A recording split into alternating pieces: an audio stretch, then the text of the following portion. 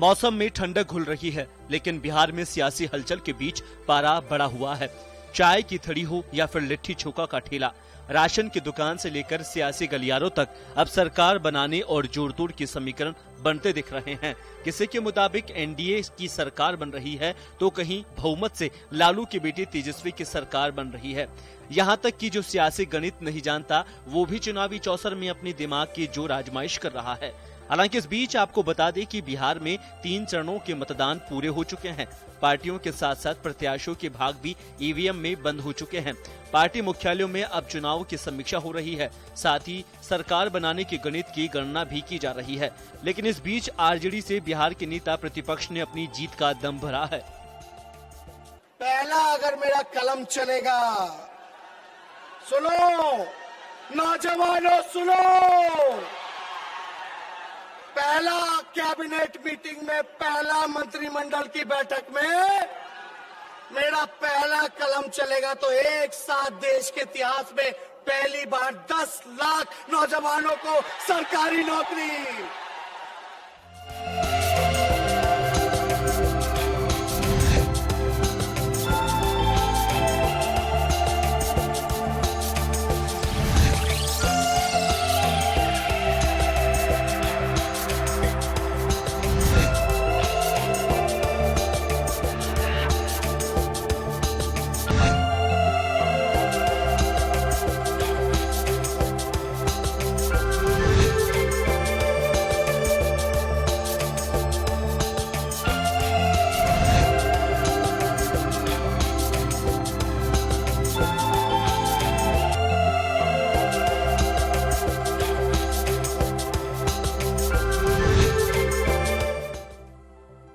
बिहार चुनाव की सियासत में कई मोड़ देखे गए।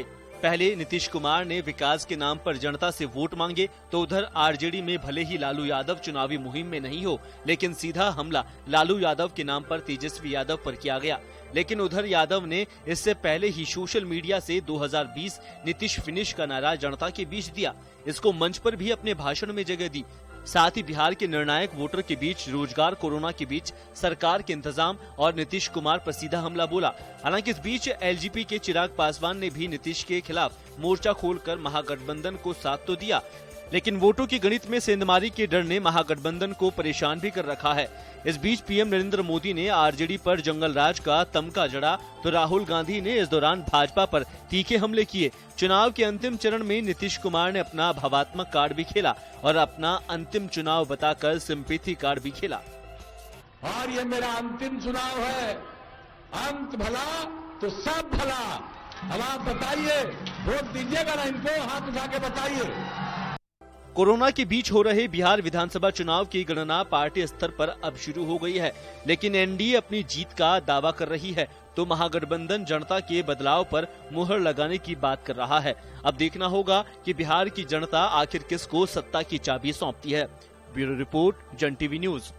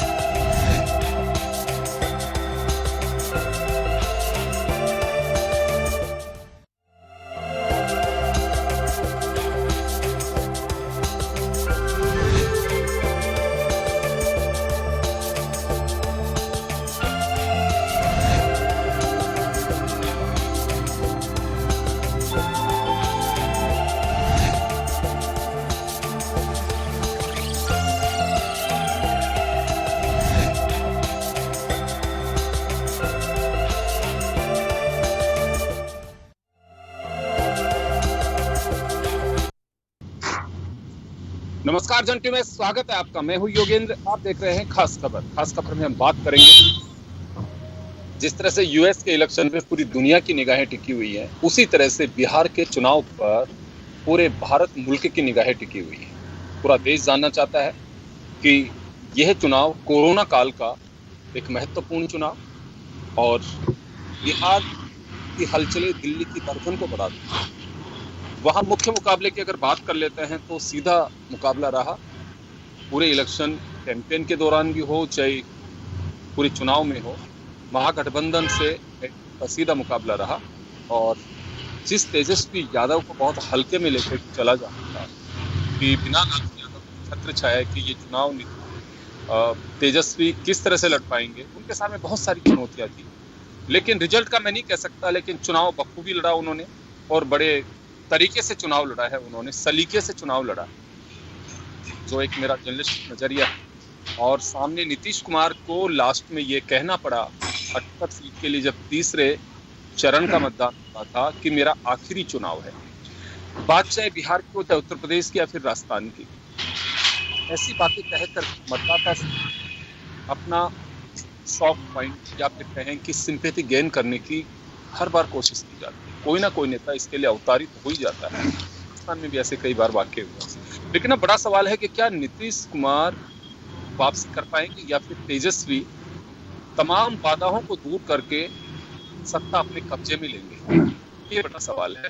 और हमारे साथ इस मुद्दे पर चर्चा करने के लिए वरिष्ठ पत्रकार और समीक्षक ओम सैनी साहब हैं, वरिष्ठ पत्रकार श्याम सुंदर शर्मा साहब हैं, भाजपा से ओपी यादव जी हैं और कांग्रेस से वरुण पुरोहित जी हैं। सभी का स्वागत है। मैं सबसे पहले ओम जी आपके पास आना चाहूँगा। बिहार का चुनाव अलग तरीके का चुनाव होता है। जो जर्नलिस्ट की नज़रिए से देखना चाहते हैं, बेशक चाहे राजस्थान में बैठ के देखें या उत्तर प्रदेश में बैठ के देखें या फिर महाराष्ट्र और कर्नाटक में बैठ के देखें, लेकिन बिहार के चुनाव और बड़ा रोचक चुनाव होता है। कोरोना काल का चुनाव रहा, लेकिन रोचक चुनाव रहा। तो एक समीक्षा की दृष्टि से देखें, चुनाव संपन्न हो चुका है, मतदान संपन्न हो चुका है, रिजल्ट का इंतजार है, लेकिन पूरे इलेक्शन कैंपेन को, मतदान को हम सब देखें, वोटिंग परसेंटेज कम रहा, लेकिन फिर एक समीक्षा पर कैसे देखें इसे? देखिए योगेंद्र जी, ये अपने आप में एक अनुमान होगा कि आगे यहाँ पर कौन शासन करेगा हमारे मुल्क में। इसका छोटा सा यहाँ से कुछ किरण निकलेगी जिससे पता लगेगा कि जो आरोप केंद्र सरकार पे लगते रहे हैं, बिहार तो बाद में, उन आरोपों को लेकर के और जिस तरह से गठबंधन बना, महागठबंधन बना और एनडीए सामने आया, उसको जिस तरीके से मुझे लग रहा था कि शायद जिस तरीके से एनडीए अग्रेसिव होकर के अपना चुनाव करती है, उसी तरीके से तेजस्वी भी करेंगे। लेकिन जितना भद्र तरीके से तेजस्वी ने चुनाव लड़ा अपने महागठबंधन के साथ, एक तो तारीफ की बात है। कहीं भी उनके स्वर में उस तरह की बातें देखने को नहीं मिली जो पिछले चुनाव हम देखते रहे हैं। तो दूसरा ये कि इस वक्त जो नौजवान जो सबसे बड़ी तादाद में अपने आप को एक तरीके से परेशान महसूस कर रहा है, बेरोजगारी उसके लिए एक समस्या बनी हुई है और वो हर जगह निर्णायक वो है, उसके बावजूद भी वो हासिल नहीं कर पाता है जिसकी वो अपेक्षा करता है, यानी रोजगार। तो रोजगार का सवाल यहाँ पर खूब खुल करके सामने आया है और वो जो उस पर बड़ा मजेदार तरीके का दृश्य रहा जब तेजस्वी ने कहा कि 10 लाख लोगों को रोजगार देंगे, तो नीतीश जी ने कहा कि रोजगार दोगे कहाँ से? तब उन्होंने जो जवाब दिया वो बड़ा परिपक्व जवाब है कि वो बैकलॉग जो आपने सब मंजूर कर लिया है उन पर सिर्फ लोगों को बिठाना है, उसी में 10 लाख लोग समझ आते हैं। तो उससे लगा कि ये लड़का नहीं है, ये बड़ा परिपक्व और उभरता हुआ राजनेता है, ये कोई हनुमान भी नहीं है कि पीछे लग करके और अपने भविष्य को सोच रहा हो। ये सचमुच में एक राजनेता है जो बिहार की जनता को इस वक्त बड़ा सूट करेगा, क्योंकि बिहार में ज़्यादातर जो हमारे हिंदुस्तान से, चाहे पंजाब से गए हों, यूपी से गए हों, कश्मीर से गए हों, जो मजदूर थे, तो जब लॉकडाउन चला तो वो सबसे ज़्यादा सफ़र किया उन्होंने और सबसे ज़्यादा हमने देखा कि उन्हीं लोगों की, जिन लोगों ने मदद की, इनको वो बहुत याद कर रहे हैं और वो भारी तादाद में आज बिहार में मौजूद हैं। तो बिहार की जो जाति गठबंधन वाला सिलसिला है वो भी ढीला पड़ गया। ये इशू इम्पोर्टेंट हो गए, एजुकेशन वाला इशू इम्पोर्टेंट हो गया, बेरोजगारी वाला इशू इम्पोर्टेंट हो गया और साथ साथ में ये जो बदहाली लॉकडाउन के साथ में लोगों ने भुगती, वो अपने आप में बड़ा महत्वपूर्ण हो गया। और हालांकि विकास की बात नीतीश जी करते रहे, लेकिन विकास को जब इस चुनाव के दौरान लोगों ने नापा है और जो देखा, जो सामने पेश किया है, उसको लेकर लगता है कि बात कुछ बनी नहीं है। और या तो तेजस्वी का महागठबंधन बड़े तरीके से शान से निकलेगा, या फिर ये देखना पड़ेगा कि हमारे प्रधानमंत्री का अभी भी क्या ओरा वही है जो पहले हुआ करता था, कि वो मुर्दे में जान फूंक लेते हैं। ये देखने की बात पड़ेगी कि इस चुनाव के नतीजे क्या बताते हैं। जी बिल्कुल, क्योंकि चुनावी रंगत में जो तूफान चुनावी रैलियों का होना चाहिए था वैसा रहा भी नहीं था।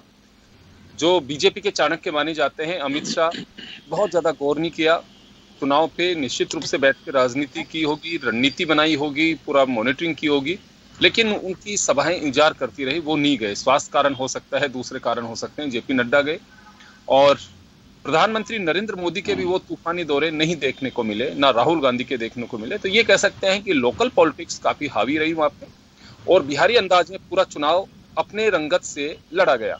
और बात अगर जन अधिकार पार्टी के पप्पू यादव की करें या वीआईपी की करें, फिर मिस्टर कुशवाहा की करें या हम के जीतन राम मांझी की करें, तो मुझे लगता है कि बहुत ज्यादा प्रभाव लग नहीं रहा। सीधा मुकाबला जो है वो, हालांकि ये सब लोग वो हैं, चाहे वो जीतन राम मांझी हो, वो एनडीए का हिस्सा बनकर के चुनाव लड़े। लेकिन एक रोचक बात यहाँ सामने आई कि पासवान, जिनकी पार्टी लोक जनशक्ति पार्टी है, वो एनडीए की तरह केंद्र में रहेगा लेकिन बिहार में नहीं रहेगा। बीजेपी के कुछ शेयरों ने चुनाव भी लड़ा उनके सिंबल पर। एक ये अलग किस्म का एक ये कहूं कि चुनाव के दरमियान एक अध्याय देखा गया।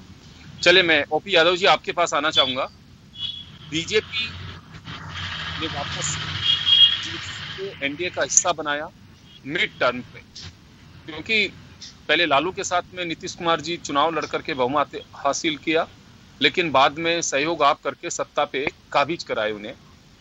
15 साल का कार्यकाल उनका हो गया है और काफी दमखम के साथ में चुनाव लड़ा गया। कई बार सवाल उठाए गए कि मुख्यमंत्री होगा कौन एनडीए से। अमित शाह ने खुद ने भी इसी बात को क्लियर किया कि बहुमत कैसे भी आए लेकिन नीतीश कुमार मुख्यमंत्री होंगे। खैर, लेकिन बात रोजगार की आती है यहाँ पे। रोजगार को लेकर के जब तेजस्वी ने कहा 10 लाख तो बीजेपी ने कहा कि 19 लाख। तो रोजगार वाला जो मामला रहा। दूसरी तरफ प्रवासी लोग जो पैदल अपनी यात्रा करते हुए गए, नीतीश कुमार से जिस तरह की उम्मीदें की जा रही थी, पूरे इलेक्शन कैंपेन में ये बड़ा मुद्दा छाया रहा। नीतीश उसका ठीक से जवाब नहीं दे पाए। तो वोटर से कैसे, ओपी जी? देखिए योगेंद्र जी, चुनाव हम बिहार में निश्चित रूप से जीतेंगे, ये हमें पूरा भरोसा है, क्योंकि राष्ट्रीय स्तर पे जिस प्रकार से हमने प्रदेश का जो विकास किया है और वहाँ की जो भौगोलिक स्थिति को देखते हुए और जो केंद्र सरकार ने वहाँ पे सहायता की और जिस प्रकार से कोरोना काल के अंदर वहाँ पे केंद्र सरकार के द्वारा पूर्ण सहयोग दिया गया और जिस प्रकार से हमारे माननीय प्रधानमंत्री जी की वहाँ पे रैलियां हुई, क्योंकि हम एक भीड़ इकट्ठा करने को एक पैमाना चुनाव जीतने का नहीं मान सकते। मूल रूप से जो विकास करेगा वही देश पे राज करेगा, उस मंत्र को लेकर के भारतीय जनता पार्टी चुनाव में गई और जो हमने वादे किए, जो भी वादे किए हमने राष्ट्रीय स्तर पे, जब लोकसभा के चुनाव थे उस समय वादे किए वो भी निभाए और पूरे किए, और अब जो विधानसभा के अंदर जो हमने वादे किए हैं वो भी निश्चित रूप से निभाएंगे। और जैसे तेजस्वी यादव जी ने, आप शायद यहाँ गलत इंटरप्रेट कर रहे हैं कि उन्होंने रोजगार का नहीं कहा, उन्होंने कहा 10 लाख सरकारी नौकरी देंगे। सरकारी नौकरी बोला उन्होंने, रोजगार नहीं देंगे, सरकारी नौकरी देंगे। रोजगार की बात तो विश्वास करने लायक होती है, लेकिन वो कह रहे हैं सरकारी नौकरी 10 लाख देंगे, तो सरकारी नौकरी 10 लाख कहां से दे देंगे उसका वो हिसाब दे देते, क्योंकि जनता सब समझती है। अब वो पहले वाली बात वादा कर दिया, अब वो पहले वाली बात नहीं है कि पब्लिक को मूर्ख बनाओ। 30 लाख का वादा किया, नहीं, हमने 19 लाख का वादा रोजगार का किया, हमने सरकारी नौकरी का नहीं किया। सरकारी नौकरी और रोजगार में शब्द में अंतर है। हाँ, रोजगार तो आपके जो प्राइवेट जो नौकरियां हैं वो भी सम्मिलित होती हैं और सरकारी भी सम्मिलित होती हैं, वो रोजगार कहलाता है। और वो कह रहे हैं कि सरकारी नौकरी देंगे, तो ये जनता के सामने झूठ बोल करके पहले आए थे, इनका वही पतन हुआ और अभी भी इन्होंने झूठ बोल करके यहाँ पे लोगों से वोट लेने की कोशिश की होगी। अब वो तो 10 तारीख को पता लगेगा कि किसके पक्ष में कितना मतदान हुआ है और कौन सरकार बनाएगा कौन नहीं बनाएगा। लेकिन हमें पूरा भरोसा है कि हमारे बिहार की जनता ने हमारा साथ दिया है और हमारी नीतियों पे और विकास के नाम पे वोट किया है और सरकार हम निश्चित रूप से बनाएंगे, पूरा भरोसा। वापस आ रहा हूँ आपके पास में। मैं वरुण पुरोहित जी के पास जाना चाहूंगा। वरुण जी, 70 सीटें आपके खाते में हैं महागठबंधन में, जिसमें चुनाव लड़ा गया। पिछली बार आपको 40 दी गई थी, लेकिन इस बार काफी सीटें दी गई हैं और बड़ा चुनाव भी रोचक रहा है। पार्लियामेंट की सीट भी आपको दी गई, तो आधार कुछ देखा जा सकता है बिहार में की वापसी का? योगेंद्र जी, ऑडिशन ऑन है।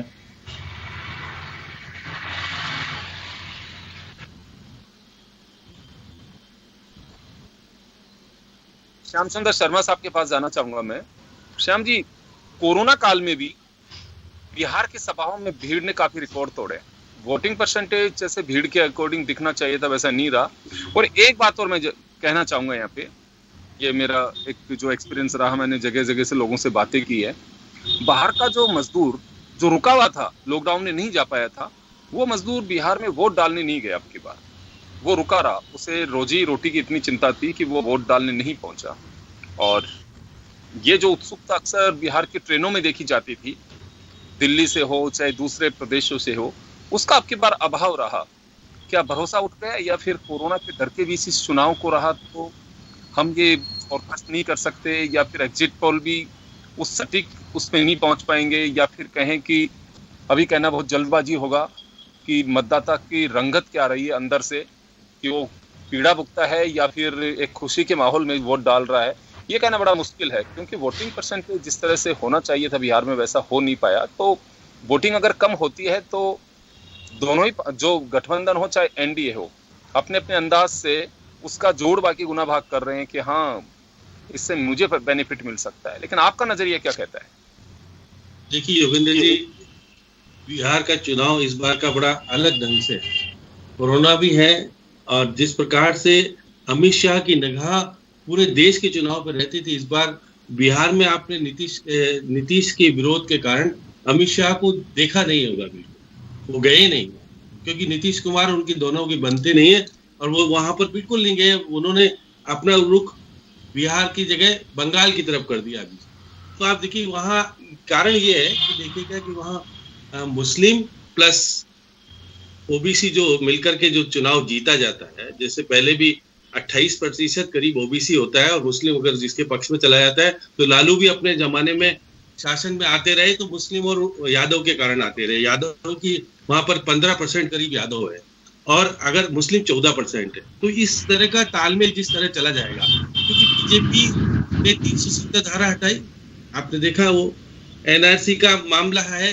अगर गृह मंत्री जी चुनाव प्रचार में जाते तो ये मुद्दा आ जाता सामने, तो भाजपा को वोट मिलने के बजाय वोट कट जाते। इसलिए ये रणनीति के तहत वहां पर अमित शाह नहीं गए। जो भी ओपीजी कह रहे थे कि हमने देश के मुद्दे के बारे में बोल रहे थे, बोलते वहां पर 370 धारा का कहीं जिक्र आया क्या? नहीं आया। वहां एनआरसी का जिक्र आया? नहीं आया। क्योंकि वो जानते हैं कि जिन वोटों के खातिर आप वहां पर मैदान में, चुनावी मैदान में जा रहे हो, वो मिलेंगे नहीं। आप देखिए आप ये बेटों की राजनीति हो गई शुरू। बेचारा नीतीश कुमार के रूप में आए। नीतीश कुमार चुनाव नहीं लड़ रहे, वो एमएलसी के रूप में आएंगे। तो इसका मतलब यह है कि उनको घबराहट है। वो चुनाव लड़के कहते हैं कि मैं पब्लिक के सामने जा रहा हूं, मैं बहुत चांस से जीतूंगा। किसके भरोसे? बैसाखियों के भरोसे फिर से सत्ता में आना चाहते। पहले आरजेडी के माध्यम से भी आए थे, फिर कहा कि मैं कभी बीजेपी के साथ जाऊंगा ही नहीं, चाहे कुछ भी हो जाए। उन्होंने अपने स्पीच में कहा, क्या हुआ, क्यों चले गए बीजेपी के साथ? तो देखिए राजनीतिक मजबूरियां जो कुछ कर रही है, मेरे को लगता नहीं कि बहुत ज्यादा स्पष्ट रूप से किसी को बहुमत मिल पाएगा। और राजनीतिक परिप्रेक्ष्य में बहुत सारी आपको निर्णय जो देखने को मिलेंगे, अलग अलग चीजें, क्योंकि मैं आज मेरे दोस्तों से बातें कर रहा था जो यहाँ देखते हैं, उन्होंने कहा कि चुनाव में श्याम जी वापस आ रहा हूँ, श्याम जी वापस आ रहा हूँ आपके पास, वापस आपके पास आऊंगा श्याम जी, वापस आऊंगा। मैं वरुण पुरोहित जी के पास जाना चाहूंगा एक बार। वरुण जी आप सुन पा रहे हैं मुझे? जी जी हाँ वरुण जी आपके पास आऊंगा मैं। आप भी बताइए कि महागठबंधन की स्थिति क्या है, जो रिपोर्ट्स आई हैं, जो हमने देखा है, उस लिहाज से कहाँ सरकार बना पाएंगे? योगेंद्र जी, जैसे ओम जी भाई साहब ने भी कहा, आपने भी शुरुआत में कहा, बिहार एक पॉलिटिकली एनलाइटेंड स्टेट है। वहाँ की 4 मुख्य प्रॉब्लम्स हैं। एक तो बाढ़ बहुत बड़ी प्रॉब्लम है, हेल्थ सेक्टर की जो इनसफिशिएंसी है वो बहुत बड़ी प्रॉब्लम है, अनएम्प्लॉयमेंट प्रॉब्लम है, और शिक्षा की जो दुर्दशा वहाँ है इंस्टीट्यूट्स की, साल भर से सेशन नहीं चल पाता है, एक साल पीछे चल रहा है परीक्षाओं का, वो लोगों में, बड़ी युवाओं में प्रॉब्लम उनको फेस करनी पड़ती है। अब बिहार इस समय सबसे बड़ा युवा स्टेट है, 25 साल से कम उम्र के, कम से कम 50%, आप आंकड़े चेक करो, मैं 50-60% जो है युवा जो है बिहार में रहता है, तो सबसे युवा स्टेट है। 15 साल में नीतीश कुमार जी का शासन था, तो 15 साल में उन्होंने क्या क्या किया, क्या नहीं किया, उसको एनालाइज करने के लिए आजकल के युवा बहुत ज्यादा उसको ढंग से देखते हैं। अब दूसरा जो बड़ा फैक्टर है, जो कोरोना काल में हेल्थ सेक्टर को जो प्रोवाइड करानी थी फैसिलिटीज, वो नहीं करा पाई पेशेंट्स को। उसके अलावा श्रमिक जो है रेल से कट के मर गए, कोई पंजाब से साइकिल पे लेके जा रहा है कोई, ये जो दृश्य, हृदय विदारक दृश्य देखने को मिले हैं। लेबर फोर्स बिहार की हिंदुस्तान में सबसे बड़ी है, सारी स्टेट्स में फैली हुई है, ब्रेन भी सबसे ज्यादा वहीं से आता है, इंटेलिजेंशिया। तो वहां क्या है कि ये सारे फैक्टर काउंट करेंगे। आपने देखा होगा, ये पहला चुनाव मुझे जहां याद है, ओम जी भाई साहब ने पूरे देश को ही देखा हुआ इतने साल से, ऐसा लग रहा है कि बिहार का चुनाव बड़ा ही शांत चुनाव हुआ है। अप्रिय घटना एक आदि छोड़ करके कोई अप्रिय घटना सुनने को नहीं मिली। अब मैं आपको बात करूं, 3 फेजेस में चुनाव हुए। पहला फेज में तेजस्वी यादव बिल्कुल एक छत्र उनकी हवा चल रही थी, ऐसा मीडिया ने बताया, सब जगह चला। तो आप देखिएगा सेकंड फेज में नीतीश कुमार जी को डाउन होना पड़ा, ये 10 लाख और 19 लाख उनको लाना ही पड़ा उनके कहने के बाद। उसके बाद भी मोदी जी वर्सेस तेजस्वी यादव प्लस गठबंधन हो गया। आप देखिए सेकंड फेज में मोदी जी को इनको एंट्री करानी पड़ी, पाकिस्तान की एंट्री करानी पड़ी, हिंदू मुस्लिम एंट्री करानी पड़ी, और थर्ड फेज में जाते जाते तो ये हाल हो गया, नीतीश जी तो लास्ट विकेट पे आ गए। और आप ये देखिए कहने लग गए 15 साल लालू का राज्य बनाम नीतीश का 15 साल राज्य। ये कहीं ना कहीं हताशा दिखाती है। और एक जो बड़ा पॉइंट मैंने इसमें देखा, बड़ा जो नोट करी चीज, कि कांग्रेस और तेजस्वी जी का जो गठबंधन है, महागठबंधन, वो इतना वेल प्लान्ड और इतना ऑर्गेनाइज चुनाव लड़ा, और भद्रता से, जो भाई साहब ने भी, ओम जी भाई साहब ने वर्ड लिया, यूज किया, बड़े भद्रता से चुनाव लड़ा। और दूसरी तरफ आप देखिए चिराग पासवान और मांझी में लड़ाई हो रही है। नीतीश कुमार जी कई बार तो क्या क्या कैसे कैसे स्टेटमेंट टीवी पे हमको देखने को मिले, तो वो चीज देखने को मिली इनको। अब ये चुनाव मोदी जी बनाम तेजस्वी प्लस महागठबंधन हो गया, नीतीश जी तो साइड में ही हो गए। तो मेरे को जहां तक लगता है नीतीश कुमार जी की तो पिक्चर क्लोज होने वाली है, एंड होने वाली है, क्योंकि लास्ट में उन्होंने खुद ने ही मान लिया मेरा आखिरी चुनाव है। तो ये इमोशनल कार्ड आदमी जब खेलता है, जब लगता है भाई मैं दोबारा आऊंगा कि नहीं आऊंगा, तो ये सब चीजें देखने को मिली। तो मुझे ये लगता है कांग्रेस का जो जबरदस्त, कांग्रेस का भी इंप्रूवमेंट जबरदस्त होगा, 70 सीटों में से ज्यादा कांग्रेस सीटें वहां आएगी। और तेजस्वी यादव की तो मेरे को ऐसे लग रहा है पूरे महागठबंधन की तो हवा चल रही है। और ये जो अभी भाजपा के प्रतिनिधि आपको बता रहे थे, ये जो बात कर रहे थे भाजपा के प्रतिनिधि, मैं आपको बताऊं वो, वरुण जी 10 तक हम वेट करेंगे अभी रिजल्ट का। एक मैं ओम जी के पास आना चाहूंगा, ऐसे चेहरे नदारद रहे, एक रामविलास पासवान जिनका निधन हो गया, लालू यादव जो जेल में है, ये 2 ऐसे फेस रहे जो बिहार की राजनीति में काफी अपना एक दबदबा रखते थे। लेकिन यहाँ एक रोचक बात यह है कि यहाँ मैं आपका एक्सपीरियंस जानना चाहूंगा, क्या कहता है इस तरह के हालात में जो है वो क्या कहता है, मतदाता क्या सोच के चलते हैं। देखिए नीतीश ने सिंपैथी गेन करने के लिए कहा कि मेरा आखिरी चुनाव है। इसी तरह से हमारे एक धारणा बन जाती है कि कोई कैंडिडेट, भगवान ना करे, मिड इलेक्शन अगर कोई डेथ हो जाती है तो उसके परिवार वो सिंपैथी गेन कर सकते। यहाँ पे रामविलास पासवान जी का निधन होता है तो आपको लगा कि उनके जो बेटे हैं चिराग पासवान, वो माहौल तैयार कर पाए कि पासवान में कला थी या पासवान जोड़ करके रखते थे, पासवान हर सत्ता का सुख होगा, वो सब चीजें ये कदम कर पाए। और दूसरा एनडीए से अलग होकर के चुनाव लड़ना, ये बीजेपी की रणनीति का हिस्सा था या पासवान की खुद की रणनीति का हिस्सा था? देखिए, आरोप तो ये है कि ये बीजेपी की अपनी रणनीति है, जिसको कि क्योंकि प्रधानमंत्री ने इसकी कहीं पर भी आलोचना नहीं की। नीतीश के खिलाफ बोलने पर कि आप ऐसा ना बोलें, नीतीश हमारे मुख्यमंत्री हैं, हम उन्हीं को बनाएंगे, ये सब करेंगे, जबकि खुले रूप से पासवान जी के पुत्र ने सब बोला, वो सब पता है। तो भारतीय जनता पार्टी इस तरह के खेल खेलने में बड़ी मास्टर रही, तो वो खेल इन्होंने खेला है। लेकिन गुजरात की जनता बहुत अलग किस्म की है। जितना पढ़ा लिखा आदमी, मैं बता रहा हूँ पॉलिटिकली, अभी जितना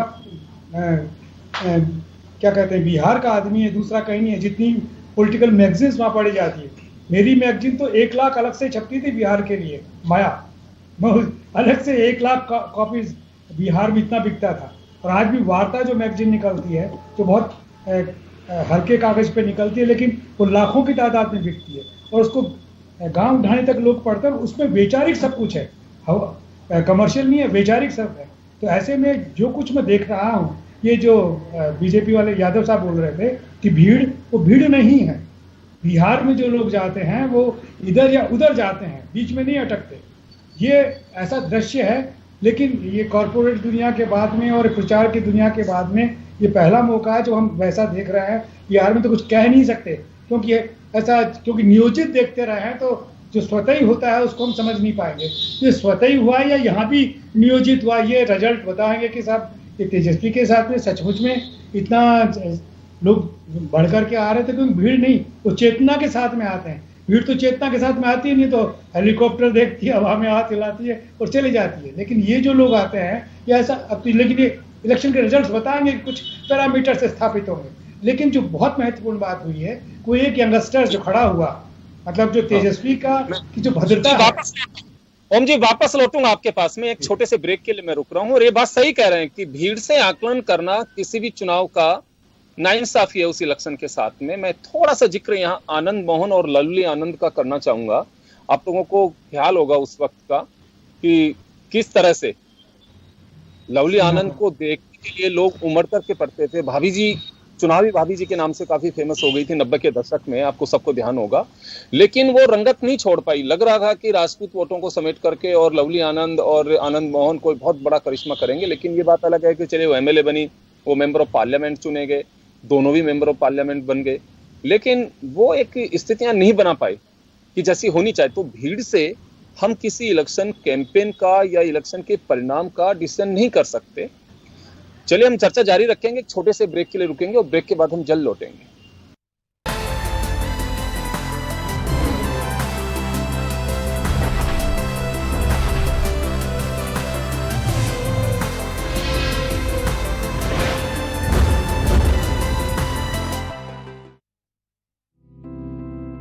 कुशल भारत की पहचान बन रहा है राजस्थान। केंद्र सरकार द्वारा अनुमोदित और RSLDC के संयुक्त तत्वाधान में राजस्थान का अग्रणी स्किल सेंटर कंप्यूकॉम फाउंडेशन दे रहा है एक सुनहरा मौका। जी हाँ, निशुल्क ट्रेनिंग के साथ निशुल्क भोजन और रहने की उत्तम व्यवस्था, हाईली क्वालिफाइड ट्रेनर्स और वेल इक्विप्ड लैब्स में पाएं अनेक स्किल बेस्ड प्रोग्राम का प्रशिक्षण और पाएं रोजगार के बेहतरीन अवसर। तो आज ही कॉल करें कंप्यूकॉम फाउंडेशन, टोल फ्री नंबर 9314601111। सुरक्षित स्वर्णिम भविष्य की बात कंप्यूकॉम फाउंडेशन के साथ। जिंदगी का हर पहलू दिखाता है जन टीवी। शख्सियतों से होती है मुलाकात, बहती है सुरों की गंगा राग और ताल के साथ। मन को पावन करता तीरथ, भुलाता सारा अभिमान। हम करते हैं नारी युग का सम्मान, जगमगाते हैं मनोरंजन का संसार, लगाते हैं यादों का अंबार। खेलों से बढ़ जाती है मन की रफ्तार। हम हैं आपके दिल की आवाज, जन टीवी, जन जन की आवाज।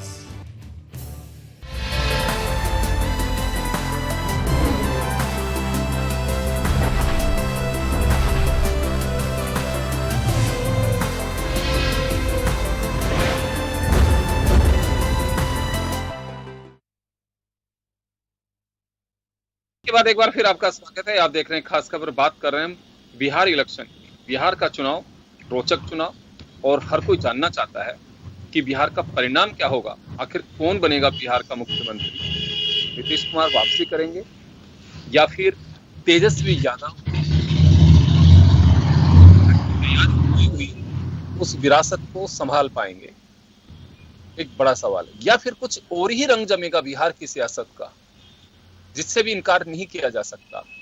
क्योंकि मैं ये बात इस वजह से कह रहा हूं कि गठबंधन टूटने में 2 मिनट का वक्त लगता है, जब लगता है कि सत्ता की चाशनी किसी को भी चखने की जागृति, जिज्ञासा, या फिर वो कहें कि एक अंदर से उमंग उठती है कि नहीं, मैं क्यों मुख्यमंत्री नहीं बन सकता। और पड़ोसी जब सहयोग करने के लिए तैयार हो जाए तो कोई भी तैयार हो जाता है, जिसका उदाहरण आपने महाराष्ट्र एक ऐसी प्रयोगशाला बनकर के निकल गई है कि कोई किसी का कभी भी साथ दे सकता है। कर्नाटक में भी ऐसा हुआ। तो बस यहाँ पे यही कह सकते हैं कि राजनीति में स्थायी रूप से कोई किसी का विरोधी और कोई किसी का दोस्त। तो चलिए अब आगे बढ़ाता हूँ। ओम सैनी साहब के पास में था मैं। ओम जी, आपके पास आना चाहूंगा। आपने बहुत अच्छी बात कही ब्रेक से पहले जब हम चर्चा कर रहे थे कि बिहार की जनता हर सभा को अटेंड करती है। ये गफलत में नहीं रहना चाहिए नेताओं को कि हमारी सभा में इतने भीड़, वो हेलीकॉप्टर देखने भी आते हैं और नेता को देखने भी आते हैं, नेता के बातों को सुनने भी आते हैं। और सबसे बड़ी बात यह है कि वहां का व्यक्ति स्किल बहुत है उसकी, वो चाहे स्कूल में इतना ज्यादा पढ़ा हो नहीं पढ़ा हो, लेकिन हर स्पीच का ऑपरेशन वो नीम की दातुन के साथ भी करते हैं, शाम को खाना करके खैनी रगड़ते हुए भी करते हैं। ये बहुत बिहार की जनता हर स्पीच का ऑपरेशन करते हैं, वो चाहे प्रधानमंत्री नरेंद्र मोदी हो या तेजस्वी यादव हो या फिर जेपी नड्डा हो। माहौल उड़ाने से लेकर के और तमाम जो चीजें हैं उस स्पीच की जो उन्हें अच्छी लगती हैं, अप्रिशिएट करने की होती है, तो वो भी चुटकी लगा के खैनी डाल के करते हैं बात। और अगर नहीं लगती है तो उसका माहौल भी जम के उड़ाते हैं, वो चाहे नहर का किनारा हो या फिर लोटा पार्टी की बात हो, कहीं हो, ये चर्चाएं आम होती हैं वहां पे। ओम जी का तो बड़ा एक एक्सपीरियंस रहा है। तो सर, भीड़ को लेकर के हम आकलन कर सकते हैं कि हाँ बिल्कुल भीड़ एक ऐसा आधार है जिसके लिहाज से ये कह सकते हैं कि हाँ बिल्कुल हवा इस ओर जा रही है।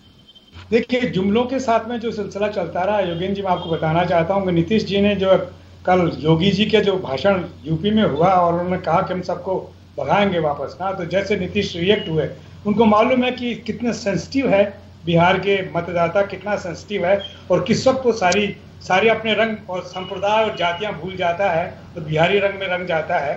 वो असर जो बहुत बड़ी मदद की है वो योगी जी ने किया और उसको नीतीश जी ने हालांकि काउंटर किया, लेकिन उसका असर है और वो असर आपको देखने को मिलेगा। अगर सचमुच में अगर बिहारी रंग बन गया तो वो बहुत अलग किस्म की बात होगी और वो उसमें जाति का असर और संप्रदायों का असर खत्म हो जाएगा और ये समझ में आएगा कि कुछ लोग हैं जो हमें किस तरीके से ट्रीट करना चाहते हैं। तो बिहार को इतना हल्के से ट्रीट किया नहीं जाना चाहिए। और इस बात पे बड़ा, इसलिए मैं कह रहा हूँ ये 3 जवान जो खड़े रहे, एक तो इनके अपने क्या जिनके पिता की डेथ हो गई, पासवान जी का पुत्र चिराग पासवान, हाँ, वो भी भद्र तरीके से ही सारी चीजें करते रहे।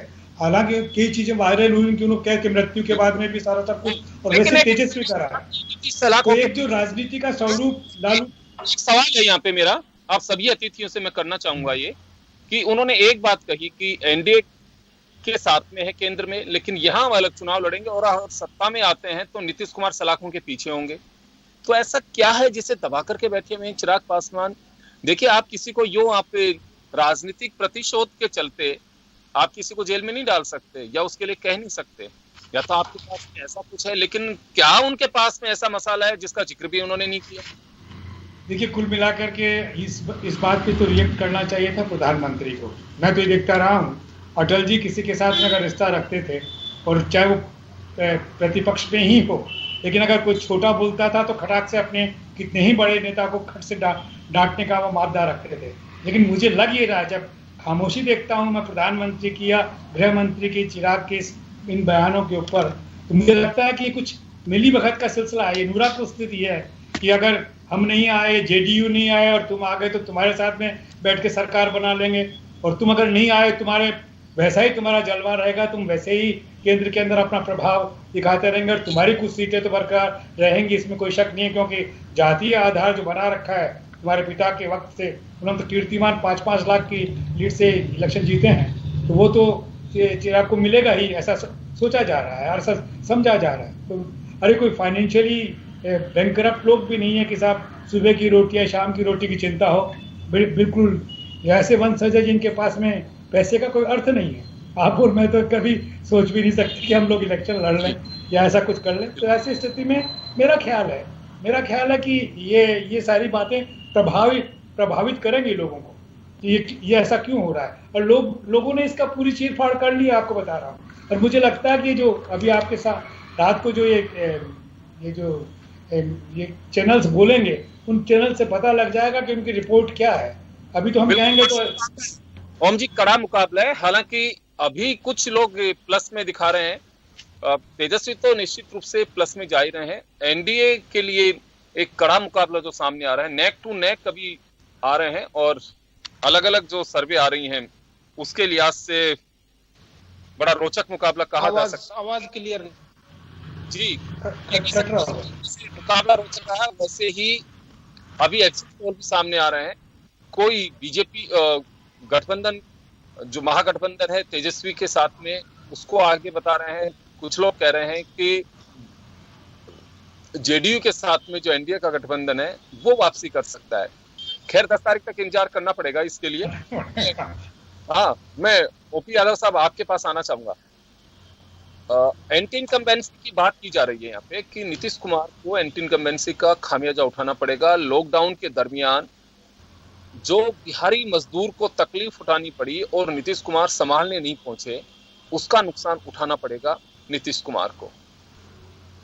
हाँ, एक माफी चाहूंगा, एक छोटा सा सवाल और है।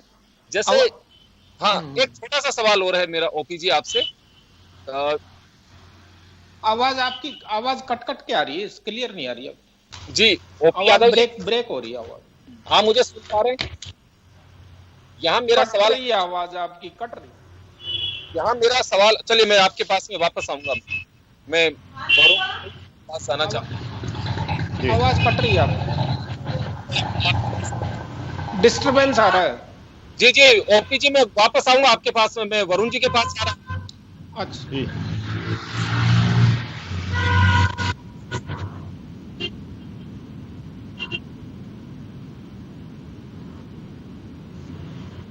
हाँ, मैं वापस आ रहा हूँ आपके पास में वरुण जी। भीड़ एक पैरामीटर हो सकता है किसी चुनाव के परिणाम के लिए, खासकर अगर बिहार यूपी का अगर हम जिक्र करें तो। योगेंद्र जी, हर चुनाव जो नेक्स्ट चुनाव आता है उसमें सॉफ्टवेयर मतदाता का अपडेट होता चला जाता है।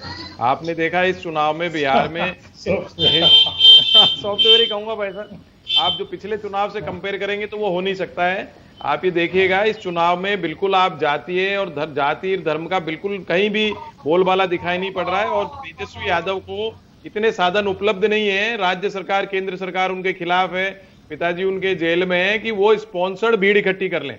इतना भी मैं नहीं मानता हूं कि इतने दक्ष होंगे कि स्पॉन्सर्ड भीड़ इकट्ठी पूरे बिहार में ही कर लेंगे। और जो लड़का 19 रैलियां करके रिकॉर्ड बना रहा है, तो इतनी स्पॉन्सरशिप मुझे नहीं लगता कि 19 रैलियों में दिन भर में इतनी भीड़ स्पॉन्सर कर पाए। मैं आपको फिर बता रहा हूं, लोग रोटी रोजगार की समस्या से बिहार में नहीं पूरे देश में परेशान है। और बिहार का तो भी भाई साहब ने बताया, आपने भी, इतने ज्यादा पॉलिटिकली एनलाइटेंड लोग हैं कि वो सुबह से शाम तक ही सारा एनालिसिस कर लेते हैं कि भाई ये 2 करोड़ नौकरी दे रहे थे, रोजगार दे रहे थे, क्या दे रहे थे।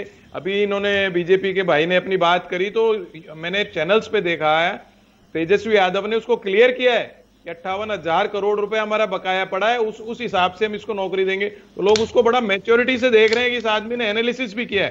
तो ऐसे कोई आप हल्के में मत लीजिए उस बात को। उसके बाद अगर ऐसी नहीं थी तो फिर 19 लाख रोजगार क्रिएशन करने की बात क्यों लाए तुरंत ही? फिर नीतीश जी घबरा के कह देते भाई ये गलत बोल रहा है, मैं तो हूं जैसे ही चलूंगा। लोग क्या पूरा समझ रहे हैं। और मैं आपको अभी भी बता रहा हूं कि आप देखिएगा 10 तारीख के परिणाम में, मैं आम आदमी की आवाज के हिसाब से ज्यादा चलता हूं। आपने सब परिणाम में मेरे से पूछा, आप देखिएगा लैंडस्लाइड विक्ट्री महागठबंधन की होने वाली है, क्योंकि लोग बुरी तरह इनसे आहत हो चुके हैं।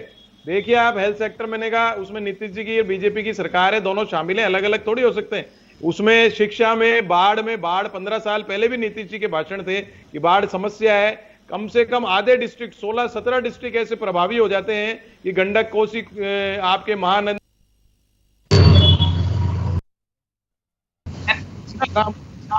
वो नीतीश जी ने प्रॉमिस किया है, 2005 से प्रॉमिस कर रहे हैं, लेकिन उसके बाढ़ के हालात आज भी नहीं सुधरी। हेल्थ सेक्टर का भी उनको कोई पता ही नहीं लग रहा है बिहार में कि भाई हेल्थ की कोई फैसिलिटीज कोरोना में पब्लिक को मिल रही है। और सबसे बड़ा मैं आपको बता रहा हूँ, जो लेबर वाला, माइग्रेंट लेबर वाला हुआ है, लोग भूलते नहीं है, आग में रहता है हर आदमी के, को चुभती है बात। तो वो चीज इनको आपको अभी जो वोटिंग का भी आप देख लीजिए, कोरोना काल होते हुए भी, उसके बाद भी अच्छा वोटिंग कहूंगा मैं, कोरोना काल में 54-55% पहुंच रही है। जो पिछली बार भी कोई 60-70% नहीं थी पोलिंग, 56-57 जो है भोजपुर का इलाका है, तीनों में आप देखिएगा ये बहुत बुरी तरह परास्त होंगे। और मैं कांग्रेस का पक्ष नहीं ले रहा हूं, लेकिन मैं जनता के पक्ष की बात बता रहा हूं, पूरा क्लीन स्वीप होगा। युवा बिहार है इस समय, सबसे युवा स्टेट ही बिहार है, और सबसे ज्यादा दुर्दशा युवाओं की कर रहे हैं लोग। तो वो भूलेंगे थोड़ी। आप देखिएगा वोट में, आप वोट करने के बाद आप जब 10 तारीख को परिणाम आएंगे, एग्जिट पोल के बारे में मैं नहीं बोलता, बड़े बड़े चैनल, बड़े बड़े पत्रकार किस हिसाब से लाते हैं, लेकिन आप देख लीजिएगा जो हरियाणा, महाराष्ट्र में भी अपनी डिस्कशन हुई थी, मैंने कहा था देख लीजिएगा इनको धक्का लगेगा, वो लगा। और आप फिर देखना बिहार में जबरदस्त धक्का लगेगा। देखोगे इस बात। वापस आ रहा हूँ आपके पास, श्याम जी के पास आना चाहूंगा एक बार। श्याम जी, आपके पास आना चाह रहा हूँ मैं। यहाँ लीड के साथ साथ एक बात कही जा रही है कि वादों को मैं बहुत ज्यादा यहाँ पे नहीं छूने की कोशिश करूंगा मैं। यहाँ क्या वास्तव में लोग पीड़ा भुगत के रहते हो, या फिर अगर कोई सरकार ने अच्छा काम किया तो वो वोट डालने याद आती है उसको? क्योंकि नीतीश पे 2 चीजों के बड़े आरोप लगे हैं। एक तो यह आरोप लगा लॉकडाउन के दरमियान जो माइग्रेंट लेबर थी उसकी सुध नहीं ली उन्होंने बिल्कुल भी, और दूसरा ये कहा जा रहा है कि एंटी इनकम्बेंसी की वजह से नीतीश को जाना पड़ सकता है। लेकिन उधर लालू यादव की जेल को भी भुनाने की भरपूर कोशिश की गई, और नीतीश कुमार ने तो मतलब इनके भाई बहनों तक का भी जिक्र कर डाला था कि इतने हैं। आपको ध्यान होगा जो कांग्रेस ने कहा कि मोदी जी भी 6 बहन भाई हैं। खैर चलिए, ये मुझे लगता है कि राजनीति का अपना एक स्तर है कि लोग कैसे बात करते हैं। लेकिन यहाँ बस एक ही मैं जानना चाहूंगा, एंटी इनकम्बेंसी जैसा कुछ दिखाई दे रहा है वहाँ पे? देखिए योगेंद्र जी, ये बात तो सही, जो शासन करता है उसकी कुछ कमियां भी उजागर होती है। तो आपने कहा वोटिंग परसेंटेज पहले 2015 में 65.5 हुआ था, अब 54% हुआ है, तो वोटिंग परसेंटेज गिरा है। और जिस प्रकार का माहौल देखने की वरुण जी कांग्रेस को संजीवनी बूटी दे पाए इस बार, ये बात तो सही है। बिहार में, बिहार के कार्यकर्ताओं में उत्साह तो है कांग्रेस का, अब वो उत्साह किस तरह से वोट में कन्वर्ट हो पाएगा ये तो समय बताएगा। लेकिन ये बात सही है कि तेजस्वी ने जिस प्रकार का वादा किया और शुरुआत में कह दिया, लेकिन वो पहली कैबिनेट में ऐसा कर पाएंगे या 5 साल में 10 लाख नौकरियां दे पाएंगे, ये तो समय बताएगा। लेकिन आप सरकारी नौकरियों के भरोसे किसी प्रदेश का भला नहीं कर सकते, और ये भी नहीं कह सकते कि रोजगार उसके भरोसे हो जाएगा। जेपी नड्डा ने देखिए चुनाव में कहा कि 15 लाख मजदूर पलायन करेगा, ये बात।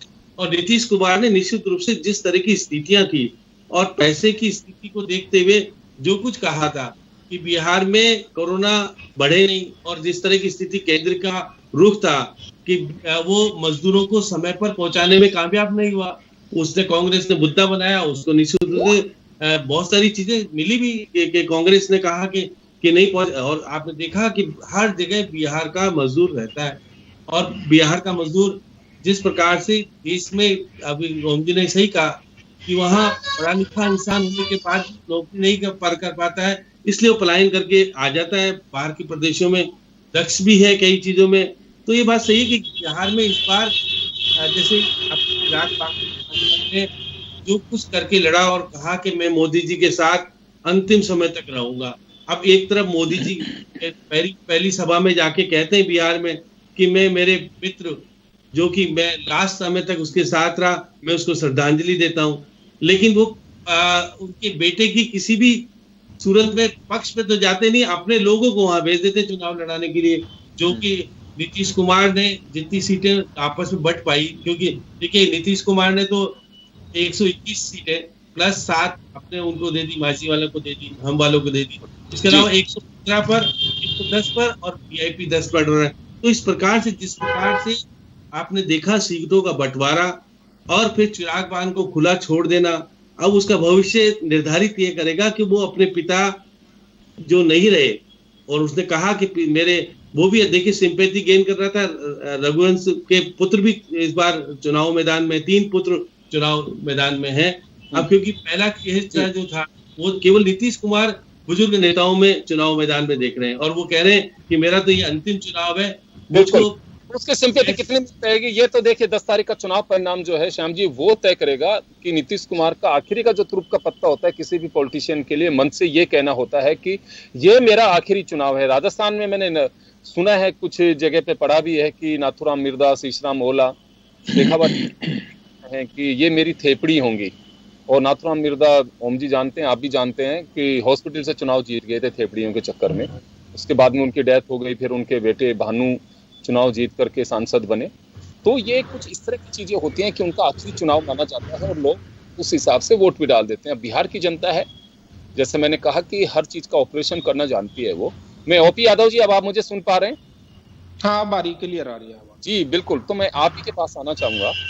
दो बातें बीजेपी ने की इस बार, चिराग पासवान को खुला छोड़ा। आपके पार्टी के कई सीनियर लीडर्स ने पासवान के यानी कि लोक जनशक्ति पार्टी के बैनर से चुनाव लड़ा, कई ऐसे बड़े दिग्गज नेता। और चिराग पासवान पूरे इलेक्शन कैंपेन में तेजस्वी से ज्यादा नीतीश कुमार को मुद्दा बनाते रहे, उन्हीं पे निशाना साधते रहे, यहां तक कह डाला कि उन्हें जेल में डाला जाएगा। प्रधानमंत्री अपनी सभाओं से एक बार नहीं कह रहे कि चिराग को ये नहीं कहना चाहिए, या फिर सार्वजनिक रूप से कोई बयान नहीं बीजेपी की तरफ से। अब वो कब मुख्यमंत्री बनेंगे, कैसे जेल में डालेंगे, ये तो वो जाने, लेकिन बीजेपी ने इसका काउंटर नहीं किया। तो ये मैं इस वजह से पूछ रहा हूँ, कुछ समीक्षक ये भी एक नजरिए लगाए बैठे हैं कि कहीं महाराष्ट्र जैसा खेल तो नहीं होगा बिहार में भी, अगर कुछ स्थितियां ऐसी बनती हैं तो। योगेंद्र जी, भारतीय जनता पार्टी कोई किसी परिवार की पार्टी तो है नहीं, हाँ, संगठन वाली पार्टी है, और एक बूथ के कार्यकर्ता को भी राष्ट्रीय अध्यक्ष बनाती है, प्रधानमंत्री बनाती है। इसलिए चिराग पासवान जी की जो हम चर्चा कर रहे हैं वो तो वही जवाब दें। लेकिन भारतीय जनता पार्टी किसी को बंधक बना करके रख के, जिस प्रकार से कांग्रेस की जो नीतियां रही है, जिस प्रकार से कांग्रेस की दमनकारी नीतियां रही है कि सीताराम केसरी को कुर्सी से उठा करके ऑफिस से बाहर फेंक दो, नरसिम्हा राव के साथ में दुर्व्यवहार कर दो, अम्बेडकर जी को हराने के लिए एक दूसरा कैंडिडेट खड़ा कर दो। तो ऐसी नीतियां भारतीय जनता पार्टी नहीं चलती है। आज हम यहाँ पे चर्चा कर रहे हैं, यार ये ठीक है, लेकिन ये चर्चा का इसका अर्थ तभी है क्योंकि जन कल्याणकारी जो योजनाएं हैं वो क्या वहां बिहार की जनता के पास नहीं पहुंची है, वो भारत के नागरिक नहीं है। जैसे जनधन योजना है, गैस सिलेंडर की उपलब्धता है, आपके किसान सम्मान निधि है, जो भी राष्ट्रीय स्तर की जो योजनाएं हैं। और जिस प्रकार से कांग्रेस के प्रवक्ता जी कह रहे हैं कि जब हरियाणा में ये हाल हुआ, महाराष्ट्र में ये हाल हुआ, तो आप अपना खुद का हाल बताइए ना। आप 225 अरे भाई, आप बिहार की बात करते बिहार में उधर की बातें करते हो, महाराष्ट्र में आपकी 60 सीटें कम हो गई। जब आपको भरोसा था तो 250 पूरी सीटों पे लड़ते ना। चौटाला के साथ सरकार क्यों बनाई आपने? आपकी नीति रही है पूरे बिहार पे लड़ते, पूरे बिहार में लड़ते, बात में दम जब होता जब आप पूरे बिहार में लड़ते, आपको छोड़ के भाग रही है। पूरे बिहार में लड़ते ना जब आप बोलने लायक होते। हमने हरियाणा में भी सरकार बनाई और हमने महाराष्ट्र में भी सरकार बनाई, लेकिन हम हमारे सिद्धांतों के खिलाफ जाकर के किसी के शामिल करके और हम उसको पार्टी बनाने के पक्ष में नहीं है। छटपटा के भाग रहे हैं आपकी पार्टी को छोड़ के, और आप नीतीश कुमार को भी खत्म करने की पॉलिटिक्स कर रहे हो। आप कहां स्टैंड कर रहे हो? 10 तारीख कहां पे स्टैंड कर रहे हो पूरे देश के अंदर? देख लेना, आप खुद के आईने में झांक करके देखो, आपके राजस्थान में क्या हो रहा है, और क्या हो रहा है राजस्थान के अंदर? कहां है कानून व्यवस्था? कहां यहाँ पे आपकी मेडिकल की व्यवस्था? सारी व्यवस्थाएं आपने यहाँ पे चौपट कर रखी है। तो अच्छा रहेगा भी। जब भी सरकार बनती है, जब कहते हो खजाना खाली है, सर वेतन देने के लिए तुम्हारे पास पैसा नहीं है। बिहार यादव जी, बिहार चलिए, बिहार। नहीं, मैं बिहार में ही कह रहा हूँ, पूरी सीटों में क्यों नहीं लड़े, उसका जवाब ले इनसे। क्यों नहीं लड़े सीटों में? आप नीतीश कुमार के साथ 70 सीटों में क्यों लड़े? आप नीतीश कुमार क्यों घूम रहे हो, ये बताओ ना। आप लड़ लेते, आपका दम था तो। हम तो नहीं लड़े। आप मोदी जी को ले जाके सारी रैलियां आपकी तो बहुत पुरानी पार्टी है। आप लालू यादव के को ला रहे थे, खुद लड़ते थे। आप में तो बहुत पुरानी पार्टी है श्रीमान। आपके तो पूरे भारत के ऊपर कब्जा था आपका। तो आप क्यों सिमट गए रेल पटरी पर? क्योंकि आपकी नीतियां गलत थी। आपने कुछ किया ही नहीं देश के लिए, ना प्रदेश के लिए। आप ये करते थे, आपको भरोसा होता। ओपी यादव, मेरा सवाल यह है कि चिराग पासवान अपने बारे में बताएंगे कि वो अलग क्यों लड़े। मैं उससे सवाल का जवाब आपसे नहीं ले रहा हूं। मैं तो सिर्फ इतना सा जवाब जानना चाह रहा हूं कि जो मुख्यमंत्री का चेहरा, जिस चेहरे पे आप दाव खेल रहे हो नीतीश कुमार पे, और जो केंद्र में एनडीए का हिस्सा हो, वो पार्टी का मुखिया अगर ये बात कहे कि चुनाव जीतने के बाद में नीतीश कुमार जेल में होंगे, और प्रधानमंत्री इस पे बोले नहीं, आपकी पार्टी के जेपी नड्डा साहब जो राष्ट्रीय अध्यक्ष हैं वो बोले नहीं, तो ये दो बातें क्यों हो रही है बीजेपी के अंदर? क्लियर करना चाहिए कि हम मैंने बताया ना आपको, हम हमारे अंदर बंधक बनाने की प्रवृत्ति नहीं है। किसी भी गठबंधन को कोई भी कुछ भी बोल सकता है। ये तो राहुल गांधी जी ने तो छोड़ गए, भागे राहुल गांधी कि हम अगर सरकार सोनिया जी का नाम भूल गए, प्रियंका गांधी का नाम भूल गए, वो भी तो ले हो। आप खाली राहुल गांधी का क्यों ले रहे हो? अरे भाई, आप वापस हो रहे हो, तो इन्होंने भी तो बोला है, साफ हो गए हो। इनको 370 से प्रेम है के बाद 1.5 साल में कहां जीते हो, ये बताओ। आप तो ये बताओ कि आप दोबारा जब आए हो, चाहे बालाकोट से बाद आए, कैसे भी आए, केंद्र में सरकार बनने के बाद किस स्टेट में आए हो आप? पहले जब 2000 में हो गई 30 स्टेटें, नक्शा छपता था, नहीं जीत रहे हो, शिवसेना छोड़ के भाग गई। हमारा तो एक छोटा सा दल 3 से 314 तक पहुंचा है। आप बिहार में जमनी पे शुरू से ही, आज से 45 में सिमट गए। नहीं जम पाए, इसलिए जो जन कल्याणकारी जो योजनाएं हैं उनका निश्चित रूप से जनता पे प्रभाव है। चलिए फिलहाल तो उन विकास कार्यों के ऊपर जनता ने वोट दिया है। रखिएगा 10 तारीख को, 10 तारीख की शाम को फिर बैठ जाएंगे अपन डिबेट करने। 10 तारीख को शाम को डिबेट कर लेना योगेंद्र जी, आप इन्हीं को बुला लेना और 10 तारीख को डिबेट कर लेना। अभी बहस करने से कोई मतलब नहीं है। आप नहीं घुस पाओगे, अभी बहस करने से मतलब नहीं है। दे रहे हो, तीसरा मोर्चा 10 तारीख के बाद वापस जन्म ले लेगा। तुमने तो लोकसभा में भी सपने देखे थे कि राहुल गांधी प्रधानमंत्री बन रहा है। देश को पता है किसका नमस्ते होने वाला है। 2019 में भी कटोरी बजेगी के लिए। अरे झूठ बोलने का काम छोड़ दो, 2 करोड़ झूठ बोलने का काम छोड़ दो, देश के बारे में सोचो। नहीं चाहिए चाय पकौड़े की सरकार, जनता को नहीं चाहिए। आप पकौड़े का भी नहीं कर सकते, तेल महंगा कर दिया। तो क्या पाकिस्तान की सरकार चाहिए यहाँ पे? पाकिस्तान चाहिए क्या? यार की जनता पाकिस्तान वोट नहीं दे रही। 370 को खत्म कर दोगे, 370 को वापस ले आओगे, पाकिस्तान बनाओगे यहाँ पे? कौन था पीडीपी के साथ? कौन जीडीपी बना रहा था कश्मीर की? जीडीपी तो बहुत टॉप पे चल रही है। जीडीपी का क्या? जीडीपी बनाई किसने बनाई? जीडीपी क्या होती है? जीडीपी क्या होती है? के साथ क्या कर रहे थे कश्मीर में? जीडीपी बना रहे थे कश्मीर की। ऐसे संकट मिल रहे हैं, लेकिन जेडीयू के साथ में जो बीजेपी एनडीए का जो गठबंधन है उसे भी खारिज नहीं किया जा रहा है, लेकिन लार्जेस्ट पार्टी के रूप में आरजेडी निकल करके आ रहे हैं। तो एग्जिट पोल पे कितना भरोसा किया जाए ओम सैनी साहब? देखिए, एग्जिट पोल अगर स्पान कितना है उसका और उसकी पिछली साख क्या है, इस बात को गौर करना बड़ा जरूरी है कि पहले वो जो एग्जिट पोल करते रहे तो उनका क्या असर रहा है। अब किसका एग्जिट पोल है पता नहीं है। अगर एग्जिट पोल एनडीटीवी करता है तो मैं उसको 100% एक्सेप्ट कर लूंगा, क्योंकि वो ऑब्जेक्टिव होके करेंगे। लेकिन एबीपी करेगा तो मैं उसको एक्सेप्ट नहीं करूंगा, आज तक करेगा तो मैं उसको एक्सेप्ट नहीं करूंगा। बायस तरीके से अगर आपको एग्जिट पोल निकाल करके लाते हैं, प्रोपेगेंडा के लिए लाते हैं, तो एक्सेप्ट नहीं। और ये हो गया है, जितना सत्यानाश अमेरिका के इलेक्शन में हुआ, भारत के इलेक्शन में होता रहा, वही सब होने की संभावना। तो ऐसे में तो हमारी अपनी बुद्धि से ही इस्तेमाल करेंगे कि ये जो पैरामीटर बिहार के जो नतीजे आएंगे उससे हम स्थापित कर सकते हैं कि आगे कैसे बाकी नतीजे बनेंगे। बिल्कुल, तो हमें 10 तारीख का इंतजार करना होगा। एग्जिट पोल आते हैं, लेकिन हमें 10 तारीख का इंतजार करना होगा। सही और सटीक जो परिणाम आएंगे उन्हीं का हमें पूरा भरोसा करना चाहिए। एग्जिट पोल है, क्योंकि एक बेचैनी जो होती है इलेक्शन में, जो मतदान होता है, मतदान के बाद और रिजल्ट के बीच का जो गैप है वो कैसे भरा जाए, तो ये मुझे लगता है कि चर्चाओं के लिए, जोड़ बाकी सेट करने के लिए, एक थोड़ा सा वेव के लिए कि हाँ हवा इस तरफ जा रही है, उसके एक चर्चाओं के लिए जरूर एग्जिट पोल हो सकते हैं। लेकिन कई बार एग्जिट पोल धराशायी भी हो जाते हैं और कई बार पास भी हो जाते हैं। दोनों ही बातें यकीन करना भी बेमानी होगा। तो चलिए, आप सभी का बहुत बहुत शुक्रिया। खास खबर में इतना ही, दीजिए इजाजत, नमस्कार।